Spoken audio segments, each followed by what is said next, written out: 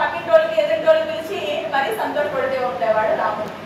ఇలా ఆ కష్టం వస్తే తల్లిలాగా, సంతోషం వస్తే తమ్ముడిలాగా ఆనందించేవాడు రాముడు. ఇలాంటి రాముని కాకుండా ఇంక మాకు ఎవరు కావాలి చెప్పు? ఏం చేసేవయ్యా, ఇంకా క్వశ్చన్ అడుగుతావేంటి, నేను చెయ్యాలా వద్దా అని. వెంటనే రాజు చేసే ఇది వాడు ప్రతి ఒక్కళ్ళు, అంటే సామంతరాజు నుంచి ఒక నార్మల్ అంటారు చూడండి, ఒక చిన్న పిల్లాడి నుంచి కామన్ మ్యాన్, ఆ సామాన్య ప్రజలకు ఇచ్చిన ఆన్సర్. ఈ ఆన్సర్కి దశరథుడు చాలా సంతోషపడి వెంటనే అంటే రాజుకు చేద్దాము అని చెప్పి వశిష్ఠుల వారితో ముహూర్తం పెట్టమన్నారు అని అంటారు. ఇక్కడ మనం చూస్తే ఆయన సొంత నిర్ణయం తీసుకోవాల్సిన అధికారం ఉంది. ఆయన రాజుగా నా కొడుకే రాముడే నెక్స్ట్ రాజు అంటే కాదనే వాళ్ళు ఎవరైనా ఉంటారంటే ఉంటారా? ఉండరు. కానీ 10 మందిని అందులో ఇన్వాల్వ్ చేయాలి. నేను ఒక నిర్ణయం తీసుకున్నప్పుడు నా వాళ్ళందరూ కూడా దీన్ని ఒప్పుకోవాలి. అప్పుడే లేకపోతే నేను అంటారు కదా, 10 మంది కలిసి తీసుకున్న నిర్ణయానికి అందరూ కట్టుబడి ఉండాలి. అలా ఒక ఫ్యామిలీలో కానీ మనం ఏదైనా నిర్ణయం తీసుకున్నప్పుడు నేను తీసుకున్నాను నువ్వు పాటించాలి అనుకుంటా మనమందరం కలిసి తీసుకున్నాము అని అంటే ఎంత బాగుంటుంది. అందరూ మనకి ఈ దశరథుడు అందరినీ ఇన్వాల్వ్ చేయడంలో మనకి తెలుస్తుంది అన్నమాట. అందుకని తర్వాత ఆయన రాజుగా అందరి ఒపీనియన్ తీసుకున్న వలన ఎప్పుడైతే ఆయన బయటకు వెళ్ళి వనవాసానికి వెళ్తారంటే అందరూ బాధపడ్డారు. ఎందుకంటే అందులో వాళ్ళ డెసిషన్ అనుకో.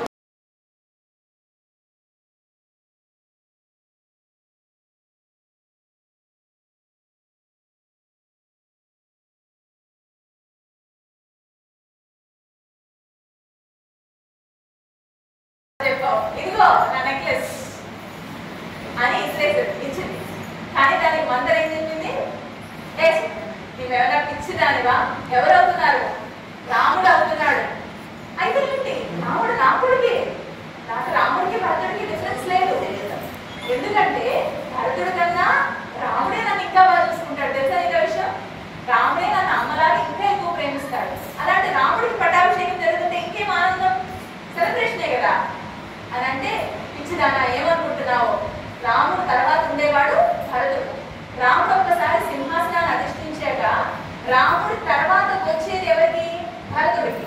సో ఏమనుకుంటాడు? భరతుడిని చంపేస్తే నాకు ఇంకా వేరే కాంపిటీటర్ ఉండడు, నాదే ఇంకా రాజ్యం అకంటకం అని అనుకుంటాడు. సో వెంటనే భరతుడిని చంపేస్తాడు అని అంటాడు. రాముడు అలాంటి వాడు అనుకుంటున్నావా? అలాంటి పనులు ఎప్పుడు చేయడు, పిచ్చి పిచ్చి మాటలు మాట్లాడారు. అప్పుడు మా అందరికి డౌట్ వస్తుంది, కొడుకులన్నా కూడా ఏమనట్లేదు, ఇంకేం ఆలోచిస్తే ఇంకేం చెప్తే తన మనసు మారుతుంది అని. కైకేయి వీక్నెస్ ఏంటి? పట్టపురాణిగా తను ఉండాలి, ఎప్పుడు సగటు తనకన్నా పై హ్యాండ్ ఉండకూడదు. ఇది కైకేయి వీక్నెస్. ఈ వీక్నెస్ నుంచి పట్టుకుని మనం కొడితే ఎలా ఉంటుంది అని మనకు ఆలోచించింది. అని ఓకే నీ వీక్నెస్ ఇది కదా, ఇప్పుడు చెప్తాను చూడు. నువ్వు కౌసల్యాదేవి, అప్పుడు నువ్వేమవుతావు? ఆవిడ దాసీ అవుతావు, నేను దాసీకి దాసీ అవుతాను. సో నీ పొజిషన్ డిగ్రేడ్, నీకన్నా తక్కువ పొజిషన్కి నేను వస్తున్నాను. ఇది ఆలోచించగా అంటే వెంటనే కైకేయికి ఉరుకుపోతాను స్టార్ట్ అయిపోయింది. అమ్మో కౌసల్య రాజమాత అవుతుందా? అవ్వనే అవ్వకూడదు, ఏం జరిగినా సరే అంటే. అప్పుడే వెంటనే కైకేయి మందర అంటుంది, చూడు దశరథుడికి అంతా కావాలని పన్నాగం పన్నాడు. ఎందుకంటే నిన్ను అణగదొక్కేయాలని, కౌసల్యని రాజమాతగా చూపించాలని కావాలని ప్లాన్ చేశాడు. కాబట్టి వెంటనే నువ్వేమడుగుతావు? అప్పుడు నీకు 2 వరాలు ఇచ్చారు కదా, ఆ 2 వరాలు అడుగు అన్నది. అంటే కైకేయి ఓకే అడిగేస్తాను అన్న. అడిగేశాక అడిగేటప్పుడు కూడా ఇలా అడుగుని మళ్ళీ చెప్తున్నాను. నువ్వు అడుగుతున్నప్పుడు ఏంటి? ఒకటి భరతుడికి పట్టాభిషేకం చేయించాలి, రాముడిని వనవాసం చేయించాలి. ఎందుకు? రాముడు అంటే ఏమవుతుంది అంటే ప్రజలందరికీ రాముడు అంటే ఇష్టం.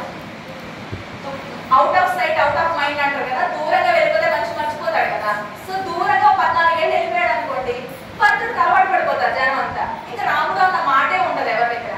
సో భరతుడికి అలవాటు పడిపోతారు, ఇంకా భరతుడికి రాజ్యం కంటకం అయిపోతుంది. సో ఇలా ప్లాన్ చేయి అని. ఓకే ఇంకా నేను మా వరాలు ఇచ్చాను, ఇంకా ఇవ్వాల్సిందే అని. ఇక్కడ వినగ వినగ వేము ఇట్లగా ఉండు అంటారు కదా.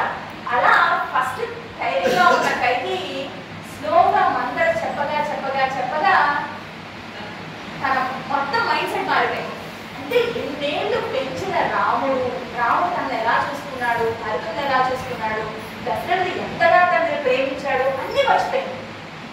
ఒక్క కైకేయి చెప్పిన చెడు మాటలని, మంత్ర చెప్పిన ఆ నెగిటివ్ మాటల్ని తీసుకొని అదే పట్టుకొని అదే నిజం అనుకుని మొత్తం అంటే భర్తను పోగొట్టుకుంది, రాముడిని దూరం చేసుకుంది, కన్న కొడుకైన భర్తను కూడా చీపు అన్నాడు. సో చెడు మాటల వల్ల ఎంత ప్రమాదం జరుగుతుంది. అదే కైకేయి ఒక్కసారి ఆలోచించి, ఓకే దశరథుడు ఇలా చేశాడా, నేను ఆయన రాని ఆయన పిలిచి నేను ఒకసారి మాట్లాడతాను, నిజంగా ఇదే నీ ఉద్దేశమా అని ఒక్కసారి క్లారిఫై చేసుకుంటుంటే బాగుండేది కదా. లేకపోతే కొన్ని దశరథుడు ఏదైనా అబద్ధాలు ఆడున్నాడు అని అనుకుంటుంది. కొన్ని మిగతా మంత్రులు ఉన్నారు కదా, ఆ మంత్రులైనా పిలిచి ఇదా ప్లాన్, దశరథుడి ప్లాన్ ఇలా ఉంటుందా, మీరేంటి గైడ్ చేయండి అని పెద్దల్ని సంప్రదించుకుంటుంటే కొంచెం బెటర్గా ఉండేదేమో కదా. అలాగే చెడు మాటలను విని తన ఒక ఇదే కరెక్ట్ అని అనుకుని ఒక సెకండ్ ఒపీనియన్ అంటారు కదా, వాళ్ళతో మాట్లాడకుండా ఒక మంచి వాళ్ళ సలహా తీసుకోకుండా యాక్ట్ చేయడం వల్ల మొత్తం ఆ దేశంలోనే అల్లకల్లోలం స్టార్ట్ అయిపోయింది. ఆ అల్లకల్లోలాన్ని రాముడు ధైర్యంగా నేను వనవాసానికి వెళ్తాను అన్న స్టాండ్ తీసుకోకుండా ఉంటుంటే ఎన్నో గొడవలు అయిపోయాయి, మొత్తం రాజ్యమే చీలిపోయింది. ఎందుకు అంటే రాముడికి లోకల్గా అంతా సపోర్ట్ ఉంది, అంతే కదండి, రాజ్యంలో ప్రతి ఒక్కరి సపోర్టు ఉంది. ఇప్పుడు కైకేయి వెళ్ళిపోమన్నా అందరి సపోర్టు నాకే ఉంది, నేను ఉంటాను అంటే ఆపేది ఎవరు? ఎవ్వరు ఆపలేదు. అయినా సరే ఆయన అమ్మ అడిగింది తండ్రిని, ఆయనకి సత్యం మీద నిలబెట్టాలి కాబట్టి నేను ఈ పని చేయాలి అని అనుకున్నాను. ఆ టైంలో కౌసల్యమ్మ కూడా అంటుందన్నమాట. కౌసల్య వచ్చి, నాయన నీకోసం రేపు పట్టాభిషేకం అన్నావు కదా, నీకోసం అన్ని మంచి మంచి వంటకాలు అన్నీ వంటాను, ప్లీజ్ తినవా అని అడుగుతుంది. అడగగానే రాముడు అంటాడు, అమ్మ నేను ఇంకా తినలేని ఇవన్నీ, జస్ట్ నేను టచ్ చేస్తాను అంటాడు. కౌసల్య అడుగుతుంది, అదేంటి రేపు పట్టాభిషేకం కదా, ఇలాంటివన్నీ తింటూ ఉండాలి కదా, ఇంకా నువ్వు మహారాజు కదా అని అంటే రాముడు అంటాడు, లేదమ్మా ఇలాగా నేను వనవాసం చేయాల్సిన అవసరం వచ్చింది అని అంటే కౌసల్య గుండె బద్దలైపోతుంది అన్నమాట. ఆమె ఒకటే అంటుంది, ఇన్నాళ్ళు నాన్నగారు ఎప్పుడు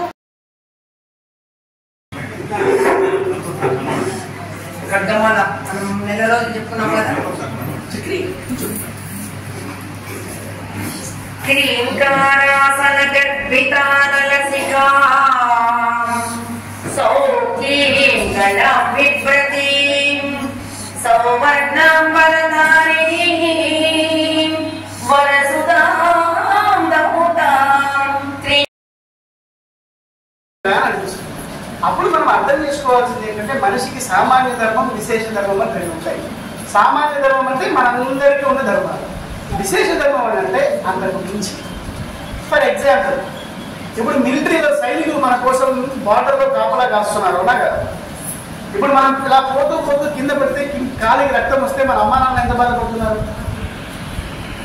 అక్కడ వాళ్ళకి బుల్లెట్ తగిలితే రక్తం రాదు కదా, వాళ్ళ అమ్మా నాన్నకి బాధ లేదా? మరి ఆ సైనికులు అక్కడ ఉండడం కరెక్టా తప్ప? ఆ సైనికులు బార్డర్స్ లో నిలబడి మనల్ని కాపాడటం, దేశాన్ని కాపాడటం కరెక్టా తప్ప? ఎందుకు కరెక్ట్? వాళ్ళ ఫ్యామిలీ లేవా? వాళ్ళ ఫ్యామిలీ బాధ్యతలు లేవా? మనం ఇచ్చే ఆ 1,00,000 రూపాయలకు 50,000 వాళ్ళ ప్రాణాలని బలంగా పెట్టాల్సిన అవసరం ఉందా? అదే వాళ్ళు ఇక్కడికి వచ్చేసి జిమ్ పెట్టుకుంటే వాళ్ళకి రావా 1,00,000 రూపాయలు? అంటే స్వరక్షణ, దేశ రక్షణ, స్వలాభం, సామాజిక లాభం అని అన్నప్పుడు సమాజానికి మనము, నేను సమాజం అని అన్నప్పుడు సమాజానికి ప్రయారిటీ ఇవ్వాలి. ఇక్కడ లక్ష్మణుడితో వచ్చిన సమస్య ఏంటంటే లక్ష్మణుడు కేవలం రాముడికే చెందినవాడను అని భావించాడు. రాముడు ధర్మానికి ప్రతీక. ధర్మానికి కష్టం వస్తే నాకు ఫ్యామిలీతో దేంతో సంబంధం లేదు. స్వతంత్ర సమరయోధులు ఎంతమంది ఫ్యామిలీని త్యాగం చేయట్లేదంటే అల్లూరి సీతారామరాజు వయసు ఏంటి? అల్లూరి సీతారామరాజు గారి వయసు ఏంటి? భగత్ సింగ్ వయసు ఏంటి? వాళ్ళకి ఫ్యామిలీలు లేవా? ఆయన తల్లిదండ్రులు లేరా? సో మన లక్ష్మణుడు అలాంటి వాడు అనమాట. లక్ష్మణుని రాముడు అంటాడు, నియమం నాకు కదా, నేను ఇలాంటి నారచీరలు కట్టుకోవాలి, మునివేషధారణ అవ్వాలి, నీకు ఎందుకురా ఇదంతా? నాతో పాటు అడవికి వచ్చావు, పోతే పోయింది. నేను సీత అడవిలోకి వెళ్ళిపోతాము, నువ్వు తిరిగి వెళ్ళిపో. నువ్వు తిరిగి వెళ్తే దశరథుడు బాగుంటాడు, కైకమ్మ ఆజమాయిషి చెలాయించకుండా నువ్వు కౌసల్యని సుమిత్రని కాపాడచ్చు, తండ్రిని కాపాడచ్చు, వెళ్ళిపో అంటాడు. అప్పుడు లక్ష్మణుడు ఏమంటాడు తెలుసా? ఏమాయ్ నన్ను ఎలమంటున్నావు బాగుంది, మరి సీతమ్మని ఎందుకు వెళ్ళమనట్లేదు అంటాడు. నన్ను ఎలమంటున్నావు, మరి సీతమ్మని కూడా పంపించాలి కదా, సీతమ్మ కూడా నియమం లేదు కదా. కైకమ్మ సీతమ్మని అడిగి పంపించమని అడిగిందా? మరి సీతమ్మకి నియమం లేనప్పుడు సీతమ్మని ఎందుకు తీసుకెళ్ళాలనుకుంటున్నావు అంటే రాముడు చూస్తూ ఉంటాడు. అప్పుడు లక్ష్మణుడు అంటాడు, నువ్వు లేకపోతే సీతమ్మ బతకదు అని నీకు తెలుసు కాబట్టి పంపించలేకపోతున్నావు. నేను బతకెళ్తాననుకుంటున్నావా? నీటిలో నుంచి తీసిన చేప తడి ఆరేంత వరకైనా బ్రతుకుతుంది, కానీ రాముడి నుంచి దూరమైన లక్ష్మణుడు అంతసేపు కూడా బ్రతకడు అని రాముడికి బాగా క్లాస్ తింటాడు. ఇది కదా అన్న తమ్ముడంటే. మనకు పుట్టిన పిల్లలకి ఈ కథ చెప్తే అన్నకి నేను తోడుగా ఉండాలి, తమ్ముడికి నేను ధైర్యంగా ఉండాలని నేర్చుకుంటాడు తప్ప ఏదో సీరియల్ చూపిస్తే వాడికి ఏమర్థమవుతుంది? ఆ సీరియల్ చూపించి ఆ అన్నం పెడుతుంటే వాడికి ఎక్కేది ఏంటి? ఇంత ప్రేమ చూపించిన లక్ష్మణుని చివరిలో రాముడు అలా లక్ష్మణుడు పడిపోతే దేశే దేశే కరత్రాన్ని భగవద్గీత వైశ్యుడు అయినప్పటికీ వారి జీవితాన్ని ఇలా డెడికేట్ చేయాలి, డబ్బుతో సంబంధం లేదు, రాముడే నాకు ప్రమాణము, రాముడే నా సర్వస్వము అని అనుకుని ముందుకు రావడం అన్నది నాకు ఎప్పుడు ఆశ్చర్యం కలిగిస్తున్న అంశం అన్నమాట. సో అలాంటి దీప్తి గారిని ఈ ఆర్యవైశ్య అసోసియేషన్ తరఫున మనం పిలవటం, ప్రొద్దుటూరులో వారి మాటలు వినడం మనందరి అదృష్టం. అండ్ వారు రామాయణంలో వారికి తెలిసిన విషయాలు, వారు రీసెర్చ్ చేసిన విషయాలని, మనకి ఉపయోగపడే విషయాలని మనకు చెప్తారు. దాంట్లో నిర్మోహమాటంగా మీకున్న ప్రశ్నల్ని మీరు అడగచ్చు. ప్రశ్నని నివృత్తి చేసుకోకుండా ఉంటే అది ఆచరణ దాకా వెళ్ళదు. రామాయణం ఎందుకు చదవాలి? రామాయణం ఎందుకు చదవాలి? ఇప్పుడు నేను ముందు గులాబ్ జామ్ పెట్టాను, ఎందుకని? అరే చూడాలి కదా, తిన్నానండి, చూడటానికా తిన్నానికా? బాగా నోరు నుంచే విధంగా అలా ఊట కారుతూ అలా చక్కగా కనిపిస్తుంది. దాన్ని తింటారా లేకపోతే చూస్తూ ఉంటారా? మరి రామాయణం దేనికి? తినడానికా ఆచరించడానికా? గులాబ్ జామ్ని చూడాలి, చూసి తినాలి, తిని ఆస్వాదించాలి, ఇంకొకరికి చెప్పాలి. అలానే రామాయణం కూడా వినాలి, విని ఆచరించాలి, ఇంకొకరితో ఆచరింప చేయించాలి. అలాగా వారు చెప్పిన మాటలు ఈ స్థాయి దాకా మనకు వెళ్ళాలంటే మీరు విని ప్రశ్నలు అడగాలి. ఎందుకంటే సమాజంలో ఇప్పుడు చాలా మంది చాలా చాలా అంశాలు చెప్తున్నారు, మనకు చాలా కన్ఫ్యూజన్ వచ్చేస్తూ ఉంటుంది. అలా మీకున్న ప్రశ్నలు మాకు మా శక్తి మేరకు మేము చెప్పగలిగిన విధంగా చెప్తాము, లేదంటే తెలుసుకుని వచ్చి చెప్పే ప్రయత్నం చేస్తాము. మరి వారిని ఒకసారి ఆహ్వానించి వారి మాటలు విందామా?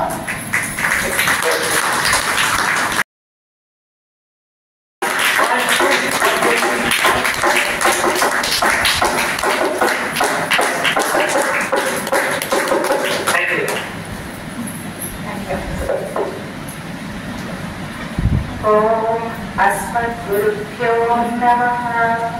कास्यपान्वय सञ्जातं नारायणपदाश्रितं श्रीमन्नारायणं वन्दे यतीश्वरश्रियाजशम्। ॐ अस्मद्गुरुभ्यो नमः। जय श्रीराम।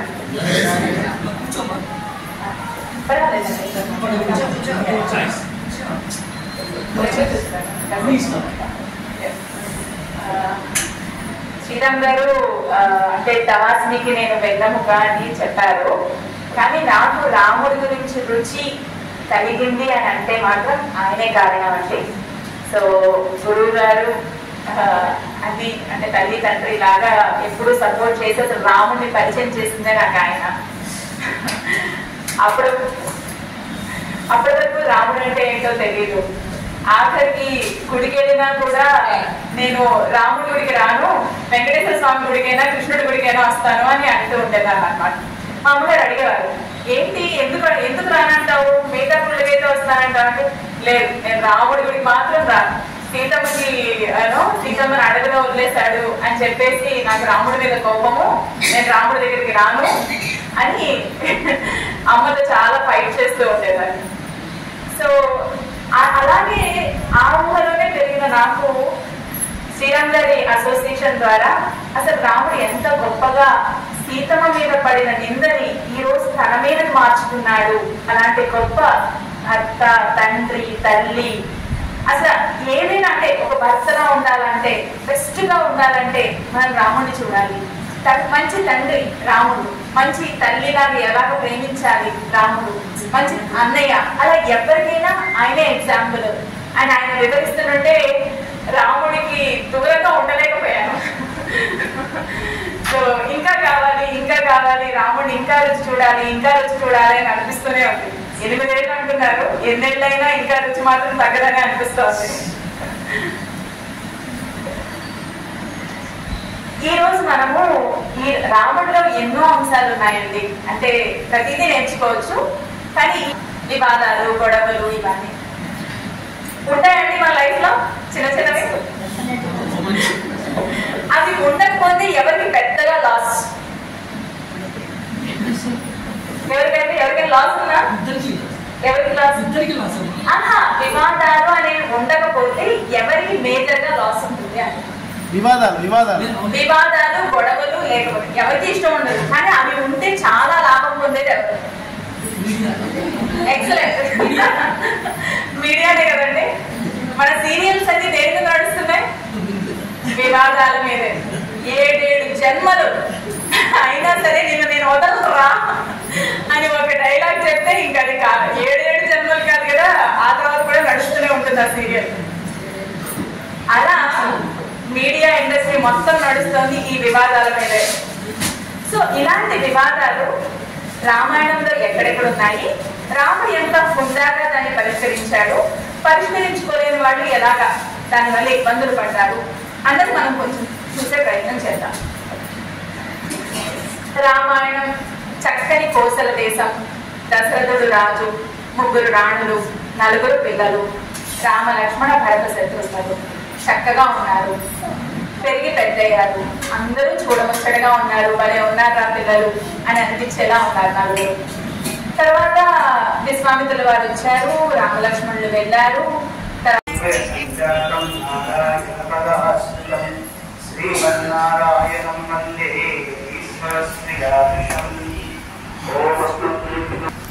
తల్లిదండ్రుల్ని ఎన్నో విలువలు ఉన్నాయి. ఎన్నో విలువల్లో తల్లిదండ్రులను ఎలా ప్రేమించాలి, ఎలా గౌరవించాలి అన్న అంశం చాలా స్పష్టంగా మనం చూపించడం జరుగుతుంది. మేము బెంగళూరులో ఉన్నప్పుడు మనకి సార్ మమ్మల్ని అప్రోచ్ అవ్వడం జరిగింది. అయితే అప్పుడు మేము హైదరాబాద్ వెళ్ళాలి, విజయనగరం వెళ్ళాలి, కుదరదో అని అనుకున్నాం. అయితే వాళ్ళ తల్లిదండ్రుల జ్ఞాపకాలు వారు ఇలా కార్యక్రమం చేస్తున్నారు అన్న వెంటనే మాకు అనిపించింది ఏంటంటే, ఈ రోజుల్లో తల్లిదండ్రుల్ని అనాథాశ్రమాల్లో వేసేసి డబ్బులు కట్టేసి, లేకపోతే మేము సంపాదించాం కదా మీకు మాకు సంబంధం లేదని అనుకుంటున్న ఈ రోజుల్లో వాళ్ళ తల్లిదండ్రుల జ్ఞాపకాలతో ఇలాంటి ఒక కార్యక్రమాన్ని చేస్తున్నారు అని తెలిసినప్పుడు, రామాయణం గురించి తెలిసిన తర్వాత రామాయణం గురించి మాట్లాడుతున్న మాకు ఇదొక అవకాశంగా లభించింది. ఇలాంటి కార్యక్రమంలో మేము భాగస్వాములు కాకపోతే రామాయణం గురించి మాట్లాడడానికి మాకు ఎటువంటి అర్హత ఉంటుంది అని అనిపించింది. అందుకే వారు పిలిచిన వెంటనే మా భాగ్యంగా భావించి దీప్తి గారు మేము ఇక్కడికి రావడం జరిగింది. సో మాకు ఈ అవకాశం ఇచ్చిన మీ అందరికీ కృతజ్ఞతలండి. తవాస్ని సార్ మనకు చెప్తూ, తవాస్ని పుస్తకము వెంకయ్య నాయుడు గారు ఆవిష్కరించారు ఉపరాష్ట్రపతిగా ఉన్నప్పుడే చెప్పారు. ఇది నవంబర్ 6, 2020వ సంవత్సరంలో ఈ పుస్తకం ఆవిష్కరించబడిందండి. తవాస్మి అని అంటే నేను నీకే చెందిన వాడను, తవ అస్మి నేను నీకే చెందిన దానము అని అంటారు.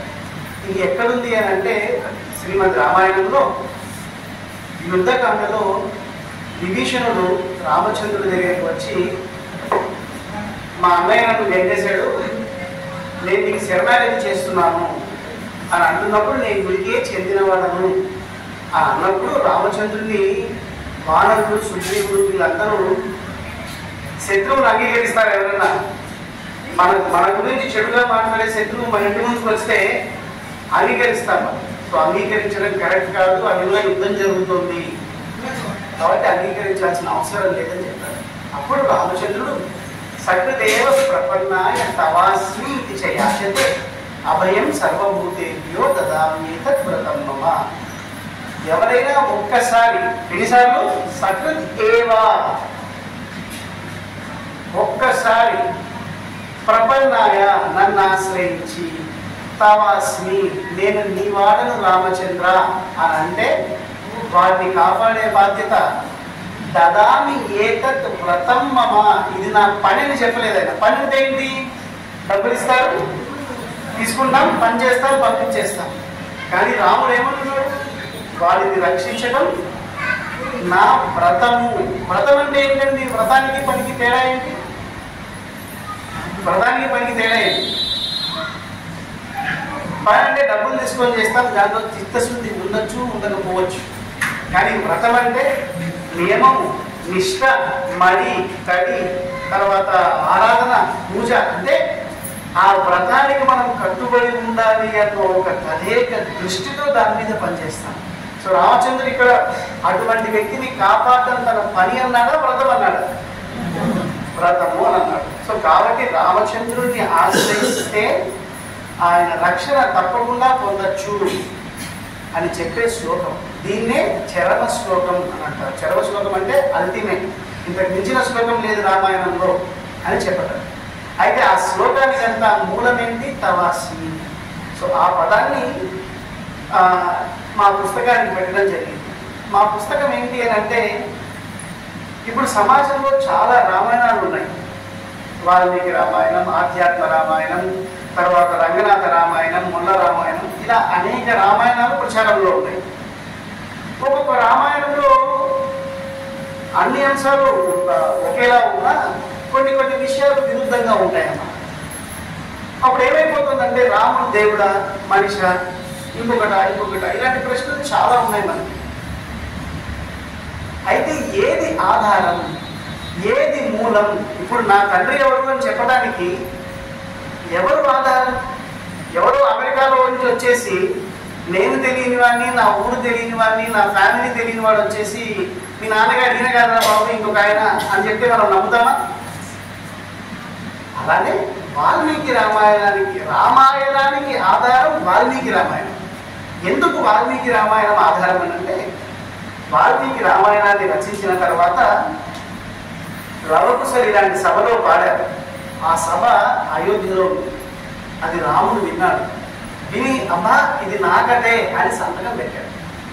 సో ఎవరి చేత అప్రూవ్ చేయబడింది వాల్మీకి రామాయణం? మిగతా రామాయణాలను రాముడు అప్రూవ్ చేయలేదు. మిగతా రామాయణాలు వారి వారి అనుభూతులను బట్టి, అనుభవాలను బట్టి, భక్తిని బట్టి, శ్రద్ధని బట్టి వారు రాసుకున్నారు. తప్పులేదు దాంట్లో. కానీ వాల్మీకి రామాయణమే రామాయణం అన్నది చరిత్ర అని మనకు పరిచయం చేసేది వాల్మీకి రామాయణమే అని మనకి. ఇలాంటి వాల్మీకి రామాయణానికి వాల్మీకి పెట్టిన పేరు, ఆయన రామాయణం వాల్మీకి రామాయణం పేరు పెట్టుకున్నారా? ఆయన పెట్టిన పేరేంటి? సీతాయా చరితం మహత్, సీతమ్మ యొక్క గొప్ప చరిత్ర అని పెట్టుకున్నారు అన్నమాట. సో ఇలాంటి రామాయణాన్ని మన పిల్లలకు, మన భావి తరాలకి ఆచరణాత్మకంగా, అంటే 10 మందితో కలిసి ఉండడం నేర్పించారా లేదా? లేకపోతే మొబైల్ ఫోన్స్ వదిలేదమ్మా మన పిల్లలకి? వాళ్ళకి కష్టం వచ్చినప్పుడు కుంగిపోకుండా ధైర్యంగా ఉండడం నేర్పించారా లేదా? వాళ్ళకి ఉద్వేగం వచ్చినప్పుడు, బాధ కలిగినప్పుడు నిగ్రహించుకునే శక్తిని కలిగించాలా లేదా? ఒక స్నేహితుడితో, భర్తతో, తల్లితో, తండ్రితో, శత్రువుతో, అందరితో ఎలా ప్రవర్తించాలో నేర్పించాల్సిన అవసరం ఉందా లేదా? వాళ్ళు చదవడం ఎలా? చెప్పిన తర్వాత కార్యక్రమం మొదలవుతుంది. అందరికీ నచ్చిన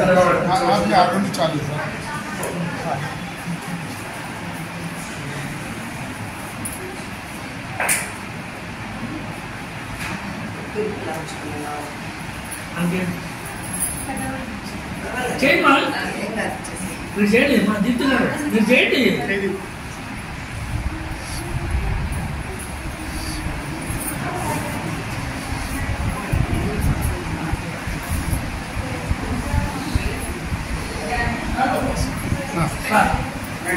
సార్ చక్రి గారు చక్రి సార్ పోవాలా బద్రి నేను ఓన్లీ జగదీష్ సార్కి చక్రి నువ్వు కూడా అంటారా?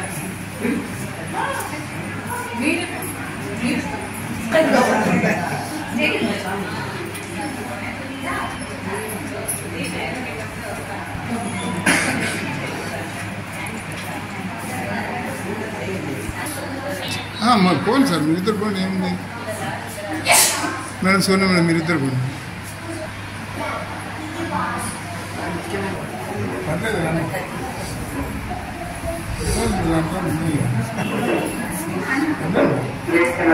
అక్క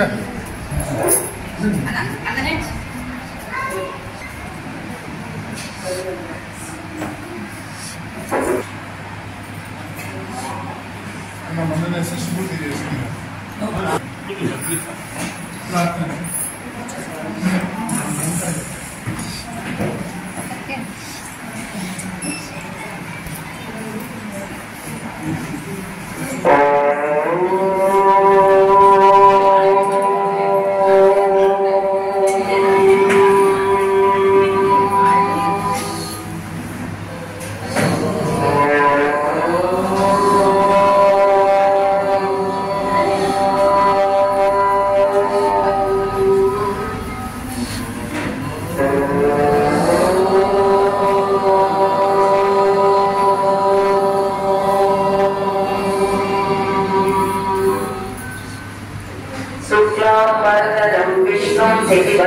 चतुर्भुजं प्रसन्नवदनं ध्यायेत् सर्वविघ्नोपशान्तये अगजाननपद्मार्थं गजाननमहर्निशम् अनेकदन्तं भक्तानाम् एकदन्तमुपास्महे गुरुर्ब्रह्मा गुरुर्विष्णु गुरुर्देवो महेश्वरः गुरुः साक्षात् परब्रह्म तस्मै श्रीगुरवे नमः।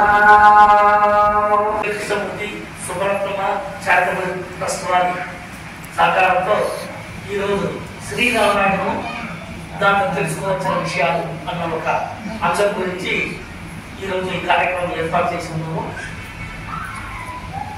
ప్రొద్దుటూరులో రాళ్ళబండి వారు అంటే చాలా మందికి తెలిసి ఉంటారు. మున్సిపల్ హై స్కూల్లో రాళ్ళబండి సంపత్ గారు, కసటి హై స్కూల్లో రాళ్ళబండి శ్రీనివాసన్ గారు అధ్యాపకులుగా హెడ్ మాస్టర్గా పనిచేసి రిటైర్ అయ్యారు. మనకి ఇప్పుడు ఓంకారం చెప్పిన, ఖడ్గమాల చెప్పిన రాధమ్మ గారు మీకు సుపరిచితులే. సంపత్ గారి రాళ్ళబండి సంపత్ గారి కుమార్తె. తర్వాత రాళ్ళబండి సంపత్ గారి ఒక కుమారుడైన వేణు గారు వారి కుమారుడు శ్రీరామ్ చక్రవర్తి గారు తపాస్వి పుస్తక రచయిత. ఆ పుస్తకాన్ని కూడా ఎవరు రిలీజ్ చేశారు అంటే, ఆవిష్కరణ చేశారంటే మన ఉపరాష్ట్రపతిగా ఉన్నప్పుడు వెంకయ్య నాయుడు గారు ఆ పుస్తకాన్ని ఆవిష్కరించారు. ఈరోజు ఆ పుస్తక రచయితతో పాటు సహ రచయిత శారదా బిజీ గారు ఈ రోజు ప్రవచనం అనుకోండి, విషయం అనుకోండి, ఏదైనా కానీ ఒక సందేశాన్ని చక్రధర్ గారిని వేదిక వద్దకు వచ్చి తన స్వీయ పరిచయం చేసుకుంటూ సహరచయిత శారదా బిజీ గారికి చెప్పవలసిందిగా కోరుతున్నాను. ఎందుకంటే మేము చెప్తే వాళ్ళ బయోడేటా తీసుకొని చదివినట్టుంటారు. వాళ్ళ సాంగత్యము రచయిత సహరచయిత సాంగత్యం బాగా ఉంటుంది కాబట్టి మనం ఫ్రీగా ధారణతో చెప్పగలని శ్రీరామ్ చక్రధర్ గారిని అందరి కరతాళతో వేదికపై వచ్చి వారిని సందేశం కోరుతున్నాను.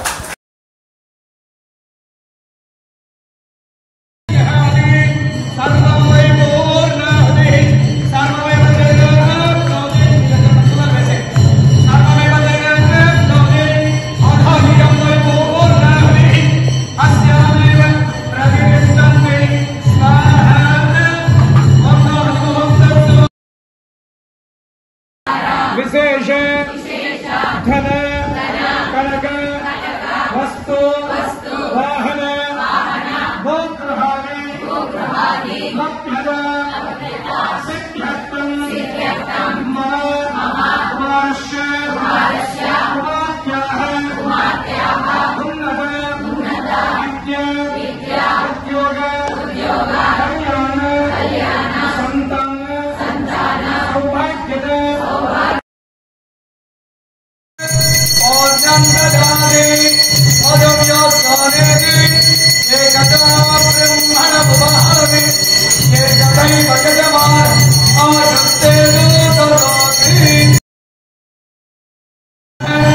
नक्षत्रं देववेन्द्रयाय एदमासं विदक्षणाय अभिरासं जहागने यस्य भान्तरस्मयो यस्य देहतः यस्य इमादुष्टा भवनानि सर्वे सकृत्तिकार्भि सम्मसानः अज्ञातारे वत्सवते ददातु नक्षत्रहारतिं समर्पयामि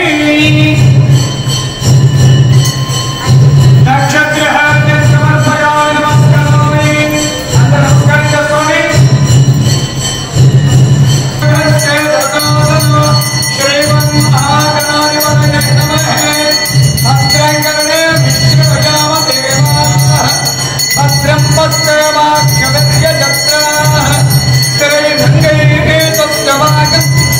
स्वामी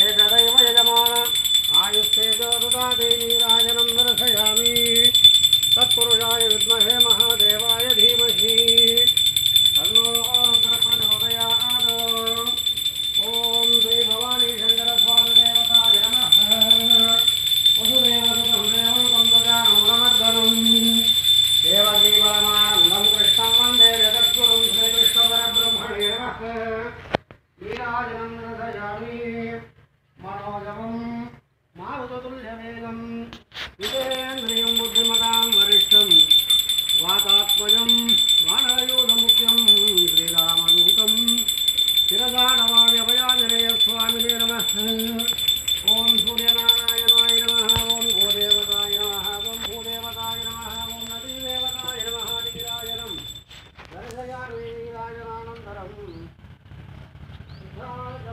సమర్పయామి